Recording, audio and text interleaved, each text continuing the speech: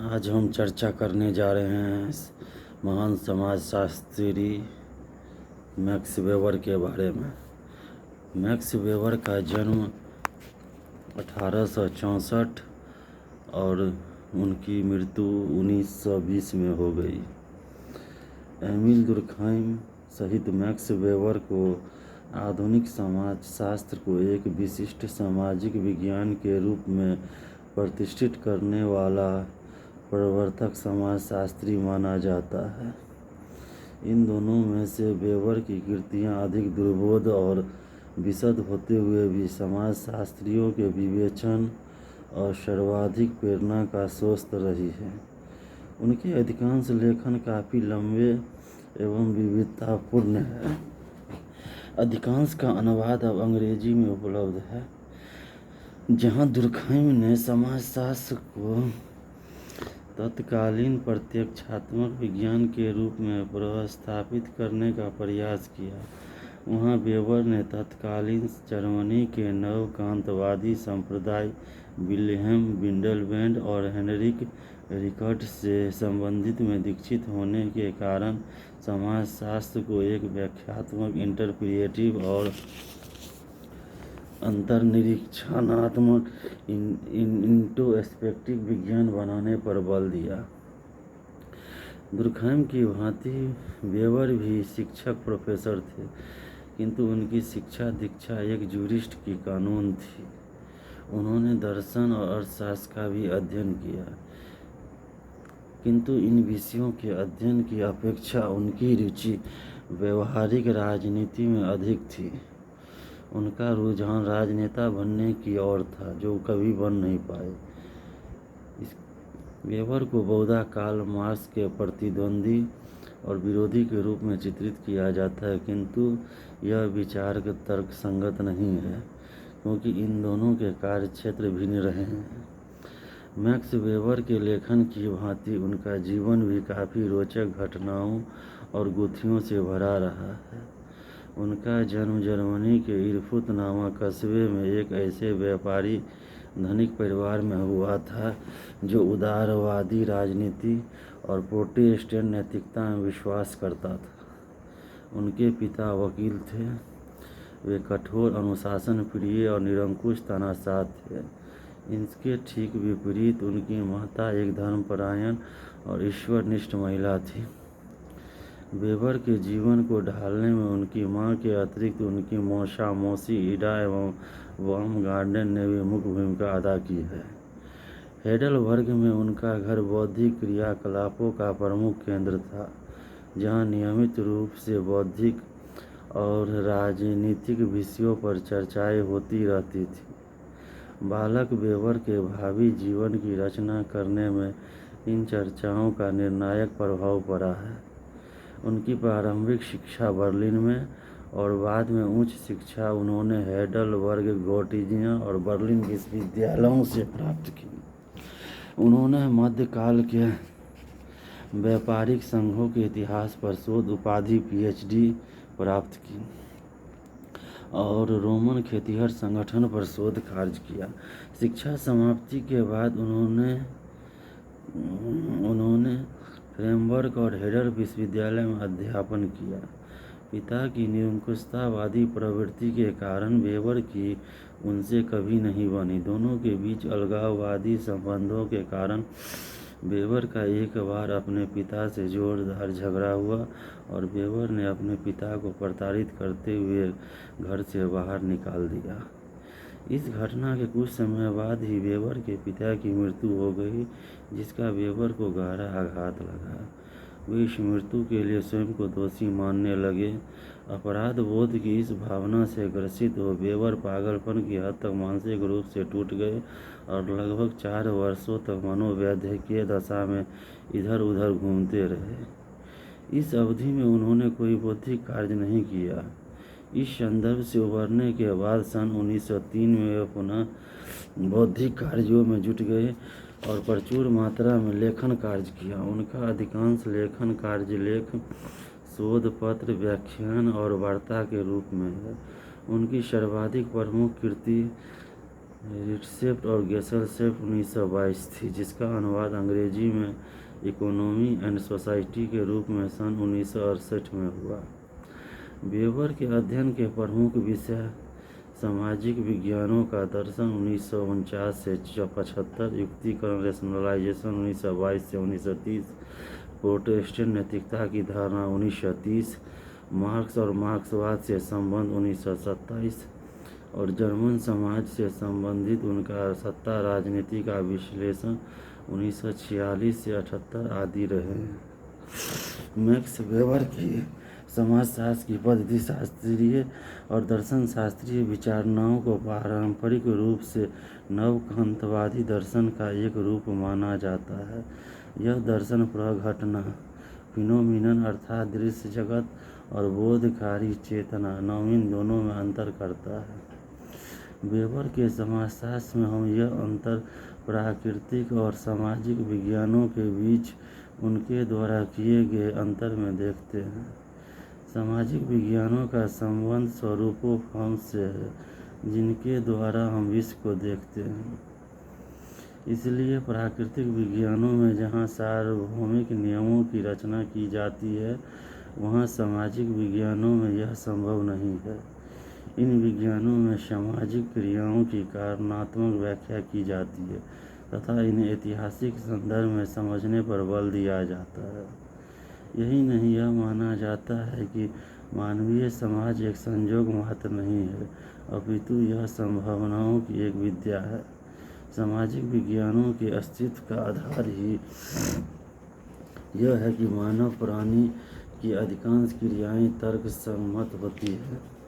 Weber ने निरीह पशु व्यवहार और ऐसे मानवीय क्रियाओं में अंतर बताया है जो विवेक सम्मत तार्किक होती है। मानवीय विवेक सम्मता की कई विशेषताएं हैं, जिनमें प्रमुख है चेतना, चिंतन, अभिप्राय,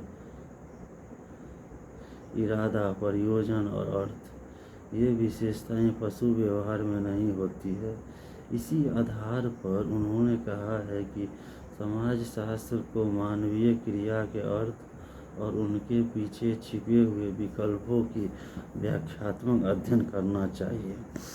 जी.एच. मीड ने भी वेबर के इस मत की पुष्टि की है। वेबर के अनुसार समाजशास्त्र के अध्ययन का उपयुक्त एवं प्रमुख उद्देश्य सामाजिक क्रिया का अध्ययन करना है। सामाजिक क्रिया से उनका तात्पर्य ऐसी क्रिया से है जो दूसरे व्यक्तियों के प्रति की जाती है और जिनके साथ हम व्यक्तिपरक अर्थ जोड़ते हैं। समाजशास्त्र आदर्श प्रारूप आइडियल टाइप की पद्धति के द्वारा ऐसी क्रियाएं की निर्वचनात्मक व्याख्या करता है। इस संदर्भ में वेबर ने सामाजिक क्रिया के 4 रूप बताए हैं: पारंपरिक, भावात्मक, मूल्यांकनात्मक और तार्किक क्रिया। पहला हो गया पारंपरिक, दूसरा हो गया भावात्मक, तीसरा हो गया मूल्यांकनात्मक और चौथा हो गया तार्किक क्रिया। पारंपरिक क्रिया इसलिए की जाती है क्योंकि ऐसा हर समय किया जाता रहा। भावात्मक क्रियाएं उद्योगों पर आधारित या उनके द्वारा चालित होती है। मूल्यांकनात्मक क्रियाएं हमारे परम मूल्यों द्वारा निर्देशित होती है और तार्किक क्रियाएं या साधक क्रियाएं लक्ष्य प्राप्ति के उद्देश्यों से की जाती है। इनमें से अंतिम दोनों प्रकार की क्रियाएं ही बुद्धि संगत या तर्क सम्मत रेशनल होती है।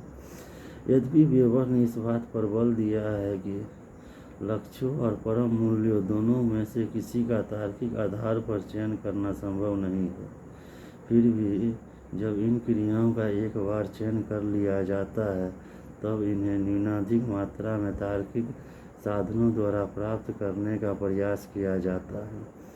संक्षेप में, मानव की क्रियाएं तर्क, मूल्य, भावना और परंपरा अथवा इन चारों में से किन्हीं के मिश्रण से प्रेरित हो सकती। वेबर ने अपने क्रिया सिद्धांत में विषय वस्तु को अध्ययन की पद्धति के साथ मिलाकर सामाजिक व्यवस्थाओं के साथ व्यक्तियों को जोड़ने का एक ढांचा प्रस्तुत किया है।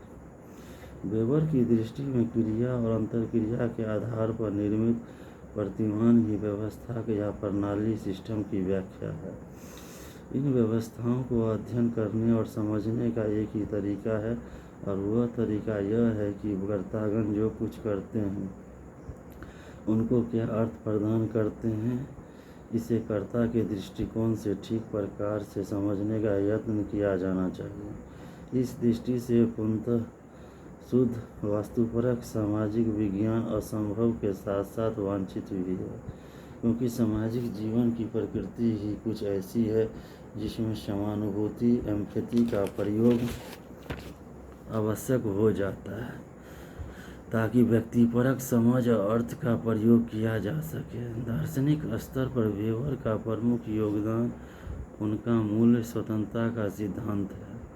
वास्तव में यह उनका अत्यंत जटिल सिद्धांत है जिसे बहुधा भूल से वस्तुपरकता ऑब्जेक्टिविटी के रूप में समझ लिया जाता है। वेबर के अनुसार विज्ञान या समाजशास्त्र का चयन एक मूल निर्णय है जिसे साधक तार्किकता नैतिक दृष्टि से उचित नहीं ठहराया जा सकता, और यही बात अध्ययन के किसी विशिष्ट उद्देश्य के चयन के बारे में कही जा सकती है। किंतु जब एक बार इस प्रकार का चयन कर लिया जाता है तब एक समाजशास्त्रीय अध्ययन को इस अर्थ में मूल स्वतंत्र कहा जा सकता है कि इसकी तार्किक संगति की वैज्ञानिक समुदाय द्वारा समीक्षा की जा सकती है। वास्तव में तार्किक रेशनल किसे कहा जाए यह बहुत कुछ रूप में ऐतिहासिक परिवर्तन पर निर्भर करता है। इस अर्थ में सभी सामाजिक वैज्ञानिक शोध कार्य मूल्यों द्वारा प्रभावित होते हैं। ये मूल्य न केवल किसी व्यक्तिगत समाजशास्त्री अपितु सामाजिक वैज्ञानिकों के समुदाय और संपूर्ण रूप में तत्कालीन संस्कृति के भी होते हैं। वेबर के समाजशास्त्र का एक मुख्य तत्व तार्किकता या तार्कीकरण रहा है। वेबर ने तार्किकता रैशनैलिटी का प्रयोग कई विभिन्न ढंग से किया है, किंतु समाजशास्त्रियों की रुचि विशेष रूप में उनकी औपचारिक तार्किकता की धारणा में रही है, जिनका प्रयोग वेबर ने प्रशासन तंत्र या नौकरशाही ब्यूरोक्रेसी के प्रसिद्ध विश्लेषण में किया है। इसके अतिरिक्त वेबर ने तार्कीकरण का प्रयोग राजनीतिक संस्था के विवेचन में भी किया है, और इस संदर्भ में उन्होंने 3 प्रकार की सत्ता व्यवस्थाओं का उल्लेख किया है: पारंपरिक सत्ता, करिश्माई सत्ता और तार्किक या वैधानिक सत्ता। पारंपरिक सत्ता का आधार चिरकालिक विश्वास व्यवस्थाएं होती है। राजा का लड़का राजा होगा, इसका एक अच्छा उदाहरण है। करिश्माई सत्ता का आधार व्यक्ति की विलक्षण प्रतिभा या विशेषताएं होती है, जिन्हें कभी कभी ईश्वरीय देन मानकर स्वीकार किया जाता है। बुद्ध, महावीर, गांधी, ईसा मसीह करिश्माई सत्ता के उदाहरण हैं। आधुनिक समाजों में इन दोनों सत्ताओं का मात्र ऐतिहासिक महत्व रह गया है। आधुनिक समाजों में तीसरे प्रकार की सत्ता, जिसे वेबर ने तार्किक वैधानिक सत्ता का नाम दिया है, हावी होती जा रही है। इस सत्ता का आधार वैधानिक और तार्किकता के आधार पर बने नियम होते हैं। वेबर ने तार्कीकरण की प्रक्रिया का प्रयोग धर्म, कानून, नगर और यहाँ तक कि संगीत की व्याख्या में भी किया है। समाजशास्त्र में विकासवादी नियमों सिद्धांतों के प्रयोग की संभावना के प्रति अपनी असहमति प्रकट करते हुए वेबर ने तार्कीकरण युक्तिकरण को पूंजीवाद समाज की एक प्रमुख प्रवृत्ति के रूप में प्रस्तुत किया है। युक्तिकरण रेशनलाइजेशन एक ऐसी प्रक्रिया है जिसके द्वारा मानवीय संबंधों के प्रत्येक क्षेत्र में परिकलन, गणना और नियोजन का प्रयोग किया जाता है। जहां मार्क्सवादियों ने युक्तिकरण को मुख्य रूप में कारखानों के क्षेत्र में श्रम प्रक्रिया में प्रयोग किया है, वहां वेबर ने सभी सामाजिक क्षेत्रों अर्थात राजनीति, धर्म, आर्थिक संगठन, विश्वविद्यालय, प्रशासन, प्रयोगशाला और यहाँ तक कि संगीत के संकेतों में इसकी उपस्थिति को स्वीकार किया है। समग्र रूप में यह कहा गया है कि वेबर का समाजशास्त्र तात्विक पीड़ा मेटाफिजिकल पैथोस से ग्रस्त है, जिसमें युक्तिकरण की प्रक्रिया द्वारा पूंजीवादी समाज अंततः एक अर्थहीन लोहे पिंजरे के रूप में बदल जाता है। पश्चिमी समाजों में तार्किकरण का एक प्रमुख स्रोत प्रोटेस्टेंट नैतिकता द्वारा उत्पन्न सांस्कृतिक परिवर्तन रहे हैं। वास्तव में प्रोटेस्टेंटवाद को पूंजीवाद का प्रत्यक्ष कारण नहीं माना जा सकता, अपितु इसने एक विशिष्ट प्रकार की सांस्कृतिक नैतिकता को जन्म दिया जो व्यक्तिवादिता, कठोर श्रम, तर्कसम्मत व्यवहार और आत्मनिर्भरता पर बल देती है। इस नैतिकता का प्रारंभिक पूंजीवाद से प्रत्यक्ष संबंध था, किंतु वेबर ने यह भी कहा है कि विकसित पूंजीवादी समाजों को अब किसी भी प्रकार की धार्मिक वैधता की जरूरत नहीं होगी। वेबर ने सामाजिक विज्ञानों में शोध विधियों के साथ साथ वस्तुपरकता और मूल तटस्थता जैसे मुद्दों को लेकर सर्वप्रथम एक लंबी बहस की शुरुआत की। उन्होंने अपने प्रारंभिक लेखनों में समाजशास्त्र के लिए एक उपयुक्त पद्धति शास्त्र की रूपरेखा प्रस्तुत की है। इस संबंध में उन्होंने लिखा है कि समाजशास्त्र में मानवीय व्यवहार के संबंध में प्राकृतिक विज्ञानों से मिलते जुलते सार्वभौमिक नियम खोजे जा सकते हैं।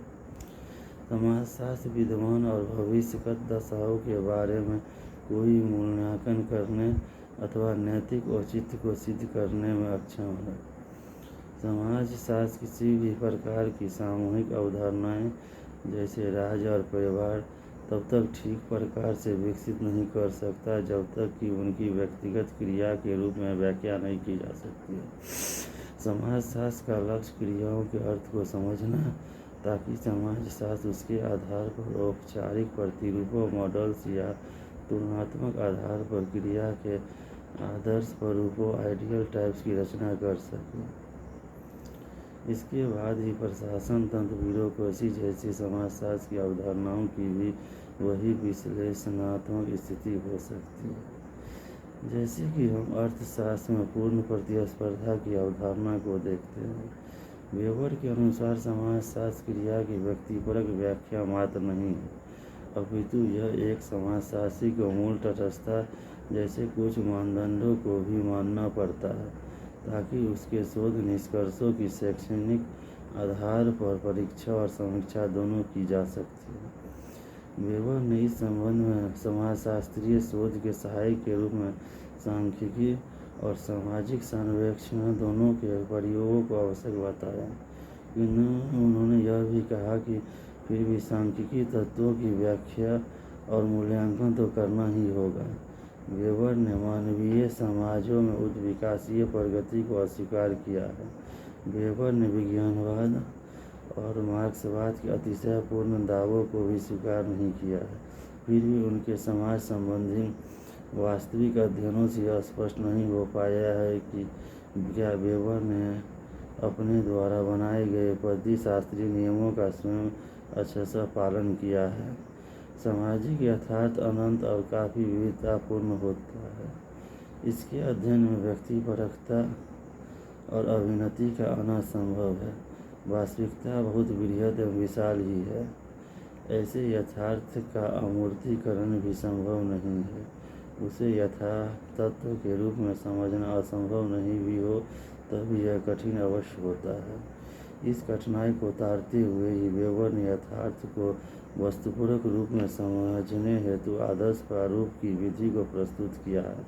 भौतिक विज्ञानों की भांति सामाजिक विज्ञानों में प्रयोग विधि का प्रयोग नहीं किया जा सकता। अतः घटनाओं को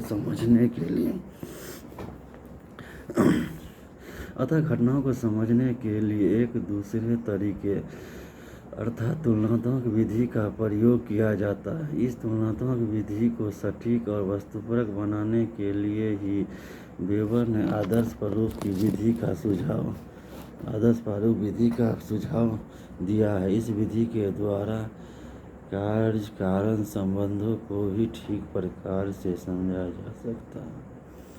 ध्यान रहे, यहाँ आदर्श शब्द का प्रयोग समाज के मूल्यों अर्थात नैतिकता के अनुकरण के अर्थ संदर्भ में नहीं किया गया है। वेबर के अर्थ में जब किसी घटना जैसे पूंजीवाद या नौकरशाही या प्रोटेस्टेंटवाद का आदर्श प्रारूप तैयार किया जाता है, वह नैतिक दृष्टि से भी आदर्श ही हो, यह जरूरी नहीं है।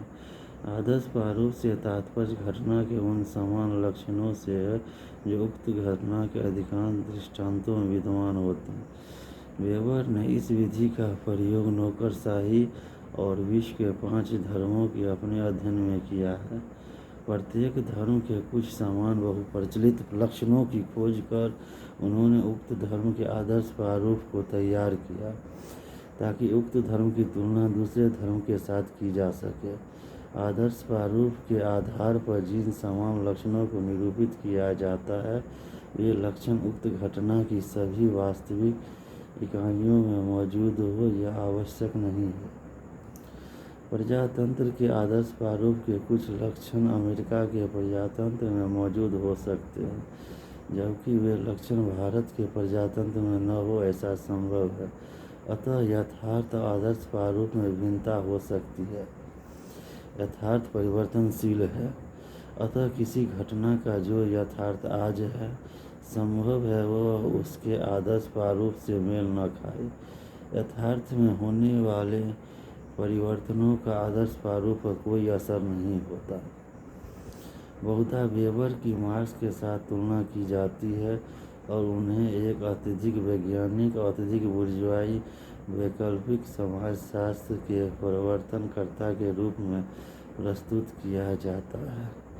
वास्तव में वेबर पर अनेक भिन्न बुद्धिजनों का प्रभाव पड़ा है। उदाहरणार्थ उनके प्रोटेस्टेंट नैतिकता संबंधी विचारों, जिन्हें बहुधा पूंजीवाद के विकास के मार्क्सवादी विश्लेषण का एक विकल्प माना जाता है, पर वार्नर सोमपाट और जॉर्ज सिमल के पूंजीवाद और मुद्रा संबंधी पूर्ववर्ती सिद्धांतों का प्रभाव पड़ा है। वेबर ने अश्वेगबुर्ग और राजनीति संबंधी मार्क्सवादी धारणाओं के विकल्प प्रस्तुत किए हैं। वेबर के अनुसार उत्पादन के साधनों के साथ व्यक्तियों के संबंधों के आधार पर वर्ग को परिभाषित नहीं किया जा सकता, जैसा कि मार्क्स ने किया है। मार्क्स ने उत्पादन के आधार पर बुर्जुआ, पूंजीवादी और सर्वहारा कामगार वर्गों का निर्धारण किया है। वेबर ने इसके विपरीत वर्गों के निर्धारण में बाजार में साझा पद परिस्थिति को महत्व दिया है। यह पद परिस्थिति ही साझा जीवन अवसरों को निर्धारित करती है। इसी आधार पर समाजशास्त्रियों ने आवासीय वर्ग, हाउसिंग क्लास की बात कही है और मालिक, निवासी और निजी किराएदार के रूप में व्यक्तियों को 2 वर्गों में विभाजित किया है। यही नहीं, वेबर ने निपुणताओं एवं कुशलताओं, अन्य बेजान योग परिसंपत्तियों के स्वामित्व के आधार पर ही वर्गों का विभाजन किया है। वेबर ने इसके अतिरिक्त सामाजिक स्थिरीकरण के एक महत्वपूर्ण तत्व के रूप में परिस्थिति समूह, स्टेटस ग्रुप की अवधारणा का प्रयोग किया है। परिस्थिति समूह से वेबर का तात्पर्य ऐसे समूहों से है जिनमें सकारात्मक और नकारात्मक समान सूचक मानदंडों और समान जीवन शैली के आधार पर विभेद किया जाता है, जैसा कि हमें प्रजातीय और जातीय समूहों में देखने को मिलता है। भारत की जातियाँ मैक्स वेबर की दृष्टि में परिस्थिति समूह ही है। समानता आलोचना के रूप में यह चित्रित किया जाता रहा है कि वेबर ने संघर्ष पर कुछ नहीं लिखा है। उनकी संघर्ष के अध्ययन के प्रति अरुचि रही है और इसकी उन्होंने अवहेलना की है, किंतु यह बात पूर्णतः सही नहीं कही जा सकती। संघर्ष के बारे में अपने विचार व्यक्त करते हुए वेबर ने स्पष्ट कहा है कि शक्ति पावर से संबंधित संगठित संघर्ष सामाजिक जीवन का एक महत्वपूर्ण पक्ष है, किंतु इसका वर्ग संघर्ष से जुड़ा होना आवश्यक नहीं है। यही नहीं, यदि उनके प्रशासन तंत्र, नौकरशाही, ब्यूरोक्रेसी संबंधी विचारों का सूक्ष्म विश्लेषण किया जाए तो यह स्पष्ट होगा कि वेबर संघर्ष परिपक्ष के प्रारंभिक प्रयोगकर्ता रहे हैं। प्रशासन तंत्र, ब्यूरोक्रेसी सामाजिक संगठन का एक व्यापक रूप है। वेबर ने कहा है कि औद्योगिक पूंजीवाद में जैसे जैसे लागत, लाभ, कुशलता की सामाजिक महत्ता में बढ़ोतरी होती है, तार्किकरण एक शक्तिशाली सिद्धांत के रूप में विकसित होता जाता है और इसका परिणाम होता है एक ऐसे लोहे पिंजरे का निर्माण जो व्यक्तियों के जीवन को शिकंजे में कसता जाता है और जिससे निकलने के दूर तक कोई आशा की किरण दिखाई नहीं देती। दूसरे शब्दों में मानवीय आत्मा पर इसके दमघोटी प्रभाव से बचना अत्यंत कठिन होता है। प्रशासन तंत्र संबंधी उनके ये विचार अप्रत्यक्ष तौर पर सामाजिक जीवन में संघर्ष की उपस्थिति को स्वीकार करते हैं। वेबर के राजनीतिक विचारों राजनीतिक समाजशास्त्र के बारे में भारी मतभेद हैं। वे उनके कई अन्य समाजशास्त्री लेखनों की भांति विरोधाभासी विचारों और दुर्बोधताओं से भरे पड़े हैं। क्या वे फासीवाद के अग्रदूत थे, जैसा कि कुछ लोगों ने मार्क्सवादियों उन पर यह आरोप लगाया है, अथवा क्या उदारवादियों के अनुसार वेबर के समाजशास्त्र की प्रमुख चिंता यह है कि युक्तिकरण व्यक्तिगत स्वतंत्रता और रचनात्मक दोनों को नष्ट कर देती है। इन दोनों ही विचारों के पक्ष विपक्ष के बारे में साक्ष्य प्रस्तुत किए गए हैं। वास्तव में वेबर की अधिकांश कृतियों और राजनीतिक लेखनों को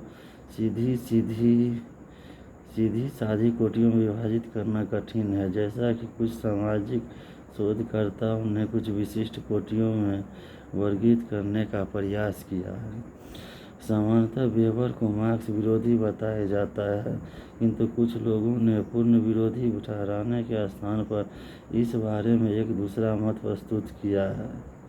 इन व्यक्तियों के मतानुसार पहला वेबर ने नीत्शे के साथ साथ मार्क्स को भी 19वीं शताब्दी का सर्वाधिक महत्वपूर्ण विचारक माना है। वेबर मार्क्स के विरोधी नहीं थे, अपितु उन्होंने संस्थागत मार्क्सवाद जैसे जर्मन लोकतांत्रिक दल की आलोचना की है। वेबर की प्रोटेस्टेंट नैतिकता वाली धारणा का मंतव्य मार्क्स का विरोध करना नहीं कहा जा सकता। वेबर के लेखन में भी निर्धारणवादी तत्व देखे जा सकते हैं। वेबर का पूंजीवाद का लोहे पिंजरे के रूप में किया गया विश्लेषण बहुत कुछ रूप में मार्क्स के विश्लेषण से मिलता जुलता है। विशेष रूप में अलगाव और युक्तिकरण संबंधी धारणाओं में दोनों के विचारों में काफ़ी साम्यता है। वेबर ने पूंजीवादी समाज के बारे में एक तर्क देते हुए कहा है कि यह समाज सामाजिक कर्ताओं के व्यक्तिपरक मनोभावों से स्वतंत्र रूप में परिचालित होता है। मार्क्सवाद के प्रति वेबर के विचारों, समाजशास्त्र और उसके मनोभावों का मूल्यांकन 1870 और 1918 के बीच के जर्मनी के समाज की दशाओं के संदर्भ में किया जाना चाहिए। वेबर के अनुसार जर्मनी में उस समय स्वतंत्र और राजनीतिक चेतना युक्त शिक्षित मध्यम वर्ग नहीं था और कामगार वर्ग की संख्या भी कम थी, क्योंकि जर्मनी में औद्योगिकरण का विकास देर से हुआ। एक शक्तिशाली राष्ट्र के रूप में जर्मनी का राजनीतिक और आर्थिक विकास बिस्मार्क के द्वारा किया गया और राजनीतिक सत्ता सामंतशाही भूस्वामियों के जुंगर वर्ग के हाथों में थी। बिस्मार्क की मृत्यु के बाद जर्मनी के प्रशासन तंत्र ब्यूरोक्रेसी और राज्य के पास नेतृत्व का काल पड़ गया। यह नेतृत्व न मध्यम वर्ग और न ही कामगार वर्ग दे सका। राजनीतिक शून्य की यह स्थिति शक्ति और सत्ता संघर्ष की वेबर द्वारा अपने लेखनों में सत्ता और करिश्मा के महत्व की आंशिक व्याख्या करती है। उपरोक्त विश्लेषण से स्पष्ट है कि मैक्स वेबर ने समाजशास्त्र के कई भिन्न विषयों का योगदान किया है। जहां उन्होंने एक और सामाजिक विज्ञानों को एक दार्शनिक आधार परिशास्त्र दिया है, वहां दूसरी ओर समाजशास्त्र को सामाजिक क्रिया सिद्धांत के रूप में एक सामान्य सैद्धांतिक ढांचा समाजशास्त्र की विषय वस्तु प्रदान किया है।